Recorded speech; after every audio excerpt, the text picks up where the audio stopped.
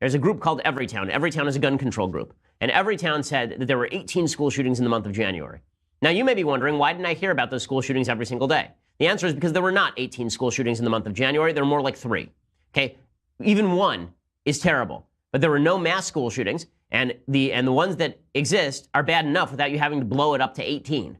Okay? We can go through them. Right? ABC News said there were 18 school shootings in the first 45 days of 2018, according to Everytown. And New York Daily News said the same thing. But that's not true. Okay, twice, so they counted these as gun incidents on campus. Twice, someone shot themselves on a school grounds. One incident on January 3rd featured a man shooting himself in a former school's parking lot. On January 10th, a teen killed himself in an Arizona elementary school bathroom. Okay, that is not a school shooting. That is a school suicide.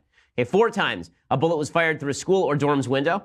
A gunshot on January 4th was fired at a high school in Seattle through an office window. No one was hurt. On January 10th, a shot was fired shattering a California University classroom window. No injuries reported. The same day in Texas, a bullet was accidentally fired through a classroom wall at the Grayson College Criminal Justice Center. No one injured. On January 15th, a bullet traveled through a residential hall's dorm room. No injuries reported. On January 25th, a Mobile, Alabama high school student fired a gun on campus. No injuries. On January 26th, shots were fired from a car in a parking lot. No injuries. On February 5th, a 3rd grader pulled the trigger on a cop's gun. No one was injured. On February 8th, a shot was fired inside Metropolitan High School. No one was injured. Okay, there have only been a few cases in which someone was injured other than the shooter. January 22nd in Texas, a teenage girl was wounded by shots from a semi-automatic handgun.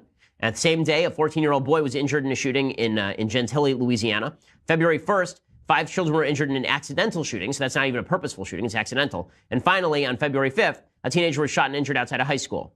There are only 3 deadly shootings, apparently, in the last 45 days. So that is still awful. Every one of these is awful. Every one of these is tragic and terrible and an act of evil. That does not mean that 18 happened. So I think that it's just important to get the statistic correct. Like, this is you wonder why people don't trust the media. It's because the media don't bother to do any of this. They just give you the bottom line, 18 school shootings. And then the minute you dig into it, you realize there were not 18 school shootings. There were 3.